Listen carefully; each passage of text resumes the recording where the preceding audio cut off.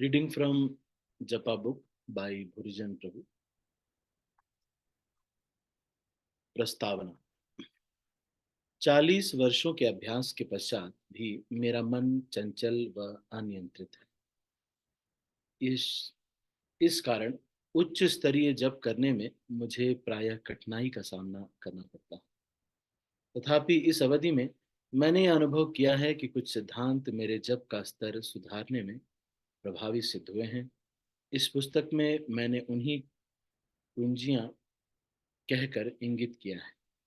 चाहे किसी निश्चित क्षण पर मेरे जप का स्तर कैसा भी क्यों न रहा हो, ये सिद्धांत सदैव उपयोगी रहे। इन सिद्धांतों को इस लघु पुस्तिका में प्रस्तुत करते हुए मैं यह प्रार्थना करता हूँ कि इससे भगवान श्री हरिनाम प्रभु एवं साथ ही साथ उनके सेवक भी प्रसन्न हों। तो इसलिए इस भूरिजन प्रभु सभी भक्तों के लिए ये कामना कर रहे हैं और इन्होंने अब जप करके 40 साल के अनुभव को इस पुस्तक में संजोया है। कई वर्ष पूर्व इस पुस्तक की रचना किस प्रकार हुई। कई वर्ष पूर्व मैं वृंदावन में टहलते हुए जप कर रहा था। उस समय मैं अनायास ही यह विचार करने लगा कि अपने जप में किस प्रकार सुधार लाया जाए। उत्साहपूर्वक जप करने हेतु मुझे क्या करना होगा। मुझे साक्षात्कार हुआ कि मुझे श्री कृष्ण के पवित्र नामों के जप की महिमा से और अधिक अवगत होने की आवश्यकता है। मैंने उन सभी बाधाओं पर भी गंभीरतापूर्वक विचार किया जिन पर विजय प्राप्त करके मैं तन्मयतापूर्वक लंबे समय तक जप कर सकूंगा। इस प्रकार मेरा यह प्रयास मुझे आध्यात्मिक प्रगति की दिशा में आगे ले जाएगा। मैं आज भी स्वयं को उस दिन मेरे मन में उठते हुए विचारों को दोहराते हुए पाता हूँ। मुझे श्री कृष्ण के नामों का ध्यान पूर्वक जप करना चाहिए। किंतु जब भी मैंने अधिकाधिक सावधान होने का यत्न किया, मुझे अपनी असमर्थता स्वीकार करने पर बाध्य होना पड़ा। विनम्र होकर मैं श्री कृष्ण के पवित्र नामों की कृपा के लिए प्रार्थना करने लगा। मैं स्वाभाविक रूप से एक अध्यापक हूं। तो जो आप सब लोग जानते हैं कि ये गुरुजन प्रभु ने एक और बुक लिखी है, आर्ट ऑफ टीचिंग। तो प्रभु जी बेसिकली टीचिंग प्रोफेशन में भी रहे, तो इसीलिए क्योंकि गृहस्थ आश्रम में थे प्रभु जी और अभी भी हैं और साथ में गुरु भी हैं। तो इसीलिए यहाँ पे लिख रहे हैं कि मैं स्वाभाविक रूप से एक अध्यापक हूं और मैं जो भी विषय दूसरों को सिखाता हूँ स्वयं अच्छे तरीके से सीख पाता हूँ। अतः मैंने दूसरों को उनका जब सुधारने में सहायता करने का निर्णय लिया। स्वयं सीखने एवं दूसरों को सिखाने की भावना से मैंने श्री कृष्ण चैतन्य महाप्रभु के पवित्र व शक्तिशाली शब्दों शिक्षाष्टक का अध्ययन करना प्रारंभ किया। यहाँ मैंने जो ज्ञान अर्जित किया उससे मैं चकित रह गया। श्री चैतन्य महाप्रभु ने पहले ही से ही शोध पूर्ण कर लिया था एवं विषय वस्तु का निर्धारण भी कर लिया था। अपने शिक्षाष्टक में श्री चैतन्य महाप्रभु ने कुछ सिद्धांतों को पहले ही क्रमबद्ध रूप से सुनियोजित कर रखा था। मेरा ध्यान तो अनायास ही इन सिद्धांतों की ओर किसी प्रकार आकर्षित हो गया था। मैंने और अधिक अध्ययन जारी रखा। श्रील भक्तिविनोद ठाकुर ने हरिनाम चिंतामणि तथा भजन रहस्य नामक पुस्तकों की रचना की है। इन पुस्तकों में वे जप सुधारने के लिए आवश्यक तथ्यों व व्यावहारिक उपायों का विस्तार से वर्णन करते हैं। इन स्रोतों से मैंने 9 रत्नों को खोज निकाला है, वह उन्हें कुंजियों के रूप में संयोजित किया है। इन कुंजियों को मैं अब अपनी जप कार्यशालाओं में प्रस्तुत करता हूँ। तो प्रभु जी कार्यशाला मतलब ये कह रहे हैं कि जो इनके वर्कशॉप्स होती हैं, जपा वर्कशॉप, अभी जैसे अपनी इंडिविजुअल वर्कशॉप्स लेते हैं पूरी प्रभु सच्चिदानंद स्वामी महाराज।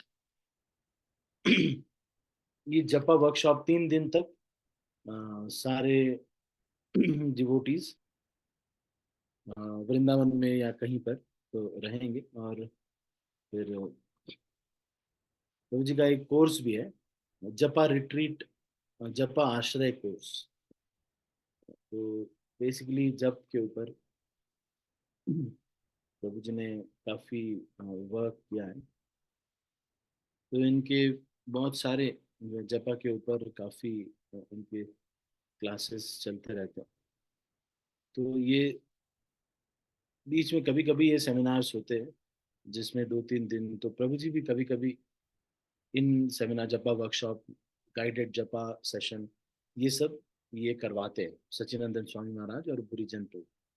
पर इसमें मोस्टली फॉरेनर्स रहते हैं। तो इसलिए आनंद प्रभु जी ने अटेंड किए कई सारे ऐसे रिट्रीट। ये इसीलिए यहाँ पे कह रहे हैं कि 9 कुंजियों को मैंने इन प्रथम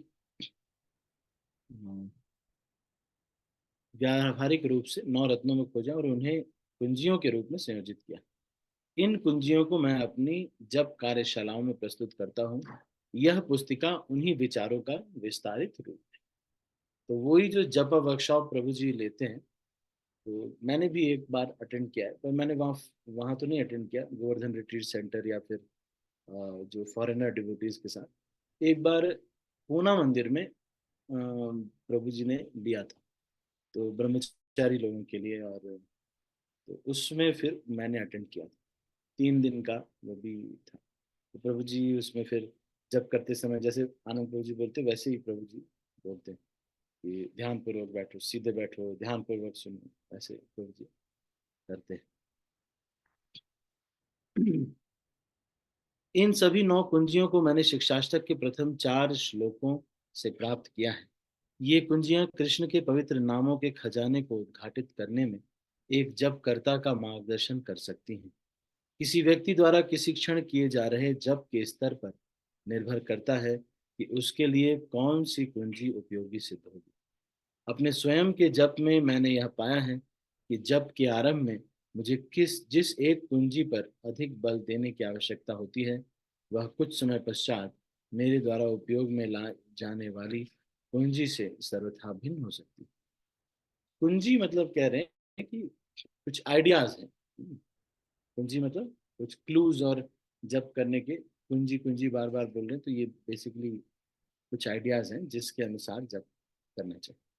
दूसरे शब्दों में किसी के जप का तत्क्षिक तत्क्षणिक स्तर इसका निर्णय करेगा कि किस कुंजी का प्रयोग किया जाना चाहिए। जप के स्तर, कृष्ण भावनामृत में प्रगति के विभिन्न स्तर हैं। श्रील भक्ति विनोद ठाकुर अपने भजन रहस्य नामक पुस्तक में तथा श्रील रूप गोस्वामी अपनी भक्ति रसामृत सिंधु में इस इन स्तरों का विस्तार से वर्णन करते हैं। दोनों ही पुस्तकों के वर्णन में काफी समानता है। तो ये भजन रहस्य पुस्तक जो है और श्रील रूप गोस्वामी की भक्ति रसामृत सिंधु, इन दोनों पुस्तकों में अलग अलग स्तर कृष्ण भावनामृत में प्रगति के ये बताए गए। तो भजन रहस्य ये पुस्तक है, भक्ति विनोद ठाकुर के द्वारा लिखी गई है। और श्रील रूप गोस्वामी की भक्ति रसामृत सिंधु। प्रथम श्लोक चेतो दर्पण मार्जनम जो है वो श्रद्धा का श्लोक। मतलब भक्ति के आप स्टेजेस जानते हैं ना, आदव श्रद्धा, साधु संग, भजन क्रिया, अनर्थ निवृत्ति, निष्ठा, रुचि, आसक्ति, भाव, प्रेम। तो वो किस स्तर में क्या हो रहा है ये अभी बता रहे। तो शिक्षाष्टकम से कौन सा पैरेलल है, तो कह रहे हैं प्रथम श्लोक में चेतो दर्पण मार्जनम जो श्लोक है वो श्रद्धा का को दिखाता है। फिर द्वितीय श्लोक जो है वो नाम नाम कार्य बहुधा निज सर्वशक्ति, कृष्ण भावनामृत से संबंधित साधना पद्धति को स्वीकार कर उसका अभ्यास करना, जिससे हृदय से अवांछित कामनाएं व आदतें समाप्त हो जाए। तो ये अनर्थ निवृत्ति को दर्शाता है, दूसरा श्लोक जो शिक्षाष्टकम का। तृतीय श्लोक तृणादपि सुनिचेन तरोरपि सहिष्णुना, निष्ठा को दर्शाता है, कृष्ण भक्ति में सुदृढ़ रूप से स्थिर हो जाए। तो जो व्यक्ति निष्ठा के स्तर पर होता है वो, ये थर्ड श्लोक इसके पैरेलल है, निष्ठा के पैरेलल। चतुर्थ श्लोक न धनम न जनम न सुंदरीम, ये रुचि के स्तर पर होता है, मेरे फिर उसको और कुछ पसंद नहीं है। कृष्ण के पवित्र नामों के जप में रुचि उत्पन्न होना। श्री चैतन्य महाप्रभु इन श्लोकों को विवरण एवं निर्देश दोनों रूपों में प्रस्तुत करते हैं। अर्थात हमें प्रत्येक श्लोक में दिए गए निर्देशों का पालन करते हुए भगवान श्री कृष्ण के पवित्र नामों का जप करना चाहिए। इससे श्री कृष्ण के प्रति हमारा प्रेम क्रमशः विभिन्न चरणों से होता हुआ विकसित होता जाएगा। श्रद्धा से रुचि तक, तत्पश्चात आसक्ति भाव तथा प्रेम भक्ति तक। प्रेम भक्ति का वर्णन शिक्षाष्टक के अंतिम श्लोक में आता है। हमें इन निर्देशों का पालन श्रील भक्तिविनोद ठाकुर द्वारा वर्णित भजन रहस्य के आधार पर करना चाहिए। तो अभी हम इसको यहीं पर क्लोज कर रहे हैं। इसके आगे प्रत्येक स्तर की गुणवत्ताएं और फिर प्रथम कुंजी से हम कल चर्चा करेंगे।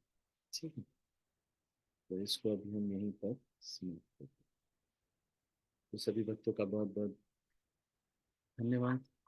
श्री हरिनाम प्रभु की जय। श्री बुरीजन प्रभु की जय।